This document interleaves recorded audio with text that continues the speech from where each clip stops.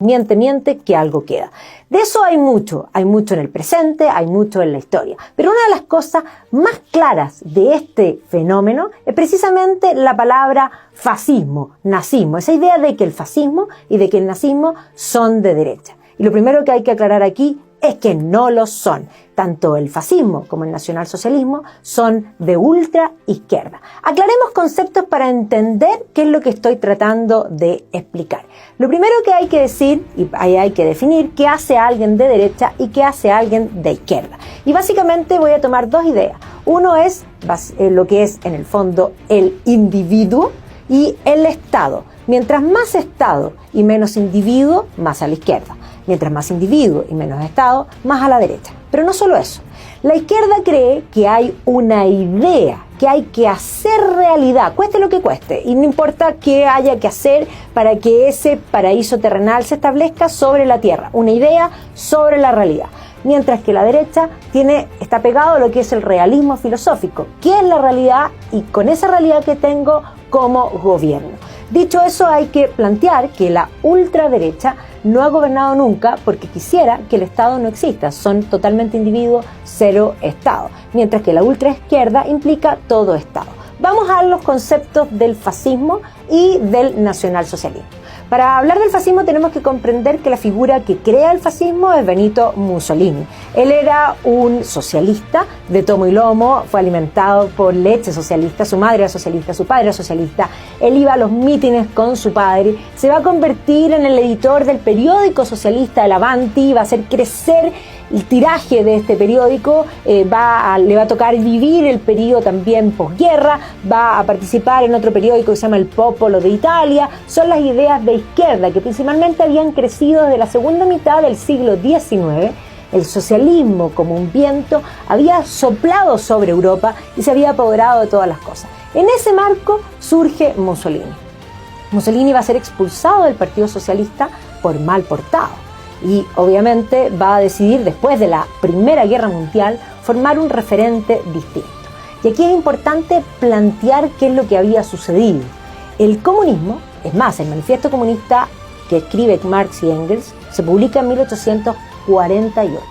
Y precisamente termina el manifiesto comunista diciendo: obreros del mundo, uníos. Es un movimiento internacional y durante la Primera Guerra Mundial se produjo la Revolución Rusa, en la que Lenin se hace de lo que había sido el Imperio Ruso y se establece la Unión de Repúblicas Socialistas Soviéticas. Ahora el comunismo tenía una sede, un lugar desde donde sesionaba. Y posteriormente a la Guerra Civil van a organizar el Comintern, la Internacional Comunista, que establecía los dictámenes para todos los partidos comunistas del mundo. Mussolini, después de la guerra, que había sido expulsado del Partido Socialista, ve esta situación. El comunismo había llamado a integrar más naciones, a lo que se denominan los octubres, y es más, el año 19, el año 20 en Italia se llama el Bienio Rosso. Y él va a crear un referente nuevo. Él cree en el socialismo, él cree en el Estado, él es un hombre de izquierda, pero él quiere un socialismo con pizza, con tarantela y tiramisú, per le italiani. No quiere convertir a Italia en un satélite de la Unión Soviética.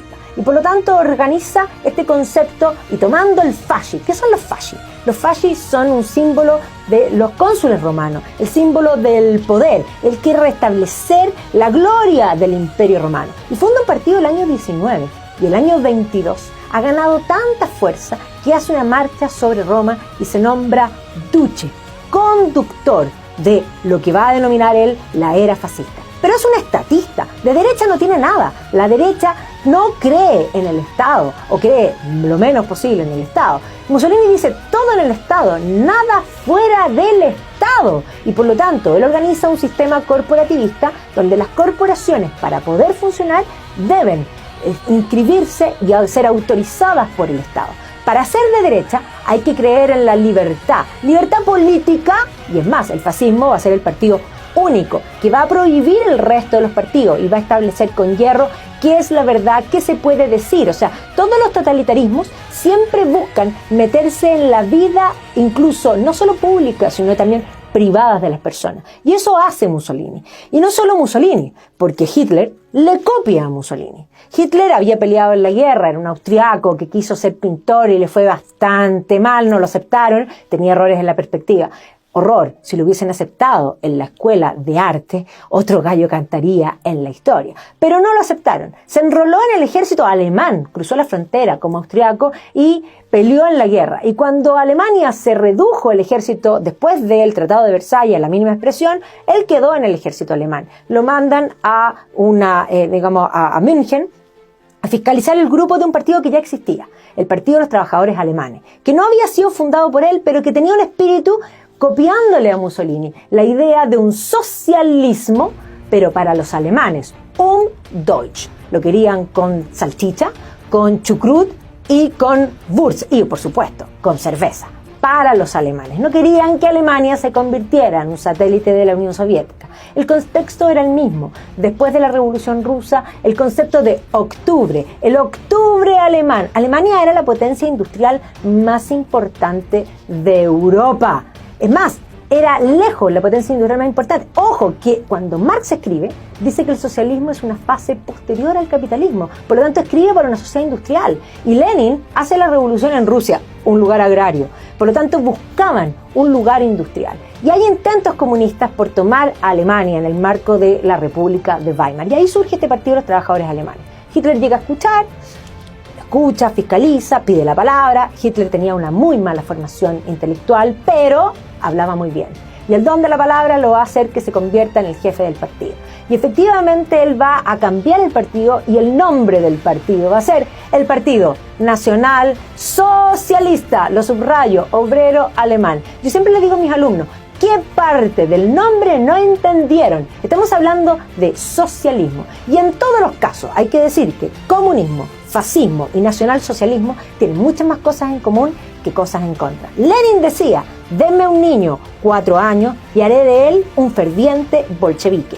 ¿Qué va a hacer Mussolini? Va a estatizar y va a establecer obligatoria desde el Estado la educación. El control total de la educación es una idea que viene del mundo de las izquierdas, del socialismo, porque no les gusta que las personas elijan. ¿Qué va a hacer Hitler? Exactamente lo mismo, estatizar la educación y adoctrinar, no educar. Es más, no solo adoctrinar en el colegio. Lenin, vuelvo, después del colegio los niños tienen que permanecer con el Estado lo más posible y lo menos posible con sus padres. ¿Para qué? Para que sean capaces de acusar a sus propios padres. Eso mismo que hace Lenin, le copia a Mussolini y le copia a Hitler. Entendamos que tienen muchas más cosas en común. Los totalitarismos se meten en la vida privada de las personas, no creen que las personas puedan elegir, no nos dejan opciones de elegir. Y precisamente cuando nosotros hoy día estamos definiendo qué es lo que vamos a pensar como país, es precisamente eso. Estado total, que te diga qué hacer, cuándo hacer, cómo hacerlo y que no tengas opciones, o libertad. Tú eliges tu vida. Y ciertamente, cuando nosotros hablamos desde la derecha, creemos en las ideas de la libertad.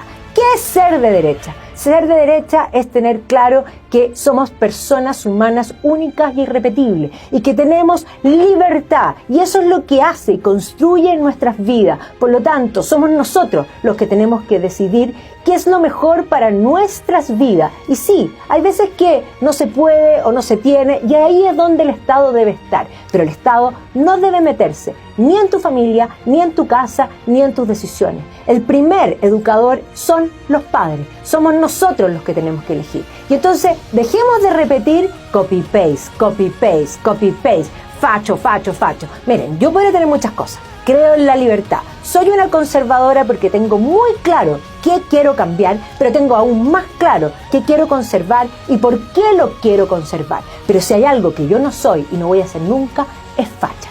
Porque no creo en el Estado. Porque creo que el Estado debe existir en su misma expresión, porque es necesario, no soy anárquica. Pero entendamos que somos nosotros los que tenemos que decidir. Por lo tanto, el Estado no se tiene que meter ni en cómo tienen que educar, ni en cómo, también, ojo, que los estados totalitarios, hasta en la cama de las personas se metieron, porque ellos establecían quién se podía casar, incluso con quién. Entonces tengamos mucho cuidado, porque nuestra libertad es lo más importante. Nosotros somos dueños de nuestra vida, y por eso, sí, soy de derecha, y con mucha honra, creo en la libertad política, creo en la libertad económica y creo que cada uno de nosotros debemos forjar nuestra propia vida.